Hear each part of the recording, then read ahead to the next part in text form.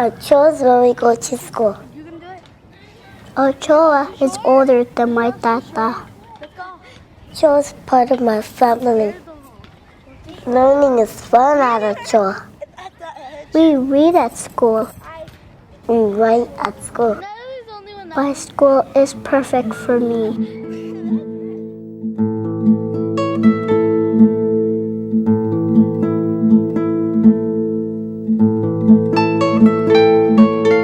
This story is about the year they try to close my school. What? I don't get it. Why are they closing the school? Oh my gosh. They're gonna close our school? Why us, why Ochoa? My family and me felt very sad because this school has been around for our family for a long time. And we really like to hear. You're not just closing a school, you're affecting an entire community. This school has been open for generations. It was opened in 1921. This is a really safe place for these kids to be, especially with what's going on in the world as well. I mean, this is a place where they can not have to worry about things. How can you do this? This is our school. I lived mostly all my life here since I was 8 years old in the Ochoa community. It was kind of sad, I don't know what was going to happen to our kids, to our families, to our parents. Are they thinking about the children and the families and the consequences of it? Or did that seem like a quick fix to a problem? The thought of an elementary school in this day and age being closed, and knowing what we know about Ochoa, it would be a travesty because this is far more than an elementary school. Me sentí muy triste porque para mis hijos ha sido una escuela muy importante en su vida. I felt sad and sort of angry because I was wondering at first why were they going to close the school. Facing a severe shortfall, they decided that school closures were something that needed to happen. This coming from the superintendent and his cabinet. It felt really dishonoring to the whole community. You care so little about us. You won't give us a place. What are the parents going to do if they go to a school where it's cross town, they live over here and they don't have no transportation, and they have to go pick up their child because the child is sick? It would be impossible for her to walk her children to school as she did each morning all the way over to Safford, and I think we figured that was 13 blocks from Ochoa, and doing that twice in the morning and then in the afternoon again was too much when you've got young children. Muchas familias como yo que teníamos que caminar ya hasta aquí, hasta la escuela, y que iba a ser imposible llegar hasta Safford porque estaba muy lejos, y queríamos luchar nosotros por ese derecho de tener nuestra escuela abierta.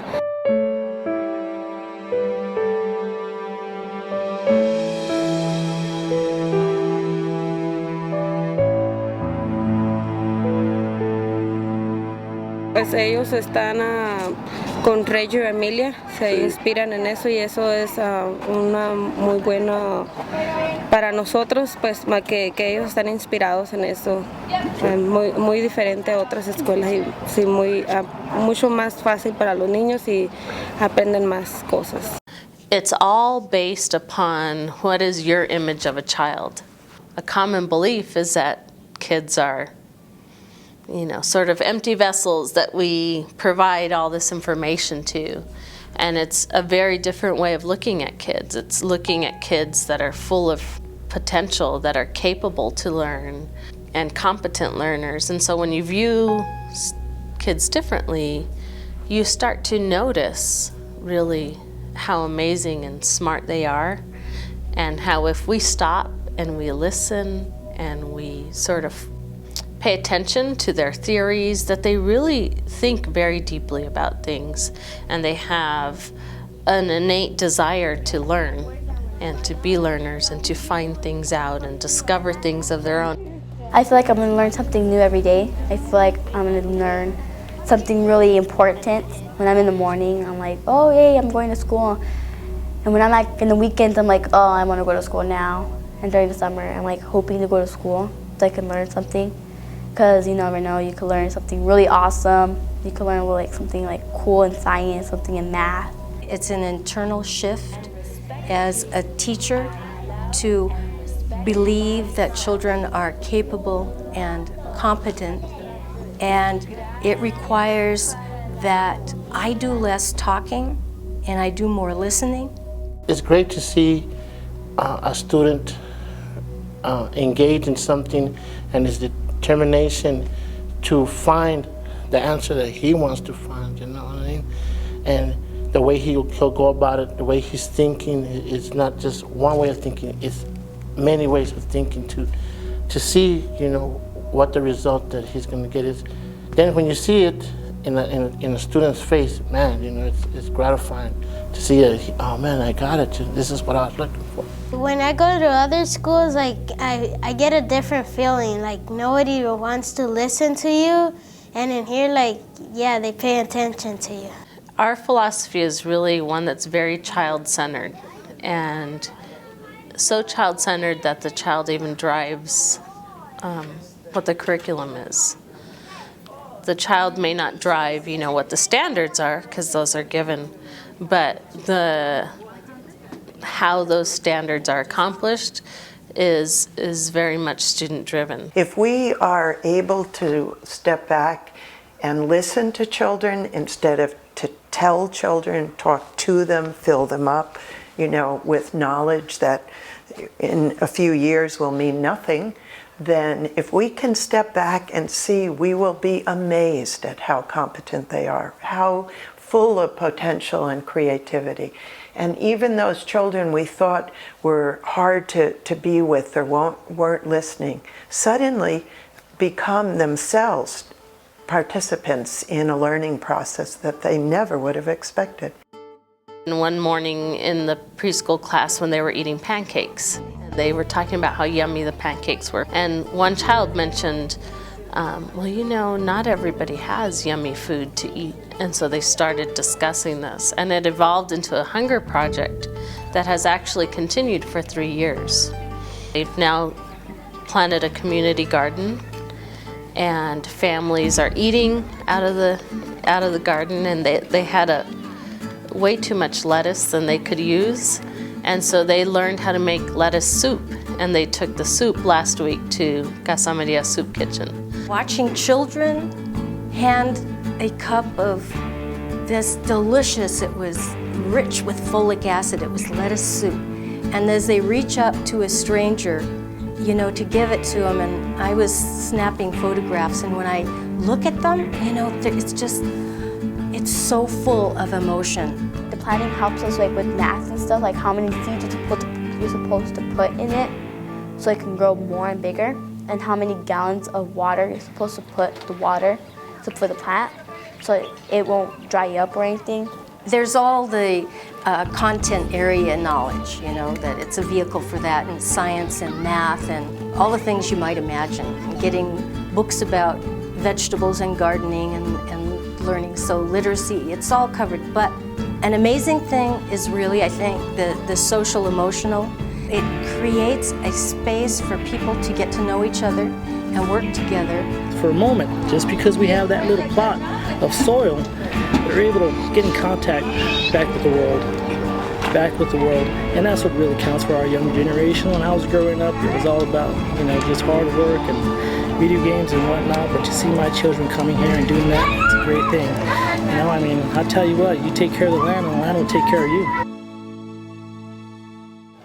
Music is part of life at Ochoa. I don't want to create a world for students in a school that has no music, no dance, no art, no theater or movies. We would not want to live in a world like that. Music, it helps us with our growth, and then it helps us with math too, and with reading, because you have to read the notes. And then it helps us with our brain too, because we have to figure out what note it is. There isn't a right brush or a right color or a right way to cut, but how will anybody get to do anything unless they can really explore the possibilities? I wanted things that invited them as well as any visitor to sort of slowly encounter in a new way the possibilities that this room could offer. They invent using that as the material for communicating. So there isn't one right way.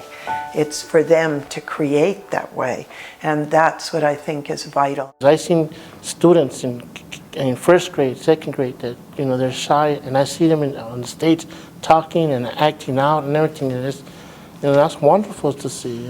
Very wonderful. It's great for the students, and it just opens up their mind to that much more learning. I think a unique element is the family as being at the center of what Reggio can become. I mean, that's one of the elements, the parents as second, and then the environment as third teachers. And I think the environment is really who's part of that environment and how they come together. So I hope by having that Reggio inspired, but also taking advantage of the language and cultural background that these families in this neighborhood have and bring to the schools, I hope that becomes even more powerful. Es muy bonito Tucson, pero también a uno le hacen falta revivir sus raíces, como dice, su cultura, sus comidas, porque no es lo mismo comerte una hamburguesa que irte a comer un burrito de carne asada allá. This community's always been involved with each other, always, and we always made sure we take care of one another. And we know that these children, no matter where they go or where they end up, that when they come here, this place will always be home. I remember the first parent meeting when I announced to parents. I just remember them just saying, okay, well, what do we have to do? Let's mobilize, let's get busy. A dad said, okay, I'm calling off of work today, and tomorrow I'm going to Walgreens and I'm buying poster board and we're gonna start making signs. And it was just like an instant, let's mobilize. They were underestimating the families and the community. And that was our parents' way of showing. It was through physically showing with signs and having a presence at meetings. And that was their way that their voice was heard. I also remember a parent who spoke to the board and said, we know how we are going to help your budget, but how are you going to help ours? She talked about the struggles of a family in poverty, how this was going to put extra stress and burden on their family. My family's mothers and grandfathers and dads said that they'll speak up when there's the open meeting in the cafeteria and the governing board is there and the superintendent, that they would like their chance to say how it would affect them. And I mean, they were eloquent, but there was no doubt that they were angry and they were gonna fight, tooth and nail to try to save something that they cared about for their children.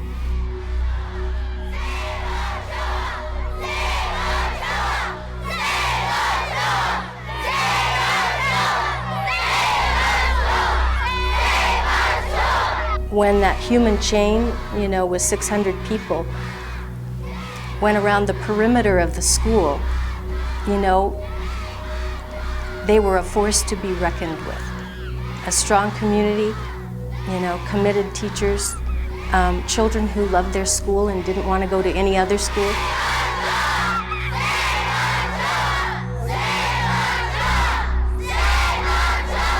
Last night, a very special meeting happened that many of you and your families were at, and the school board members were deciding whether to keep the 4 schools open or to close the 4 schools.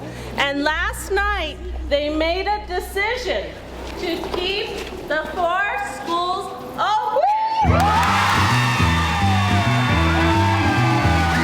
They're gonna close the schools, but since they saw at the protest how many people would care and stuff like that, they kept it open. I am so touched, and it means so much to me how much you and your families and all of the teachers worked together to tell people how much Ochoa means to them. So I would like to thank you and to tell you how important it is what what you have done to share with others what your school means to you and your community. So thank you very much.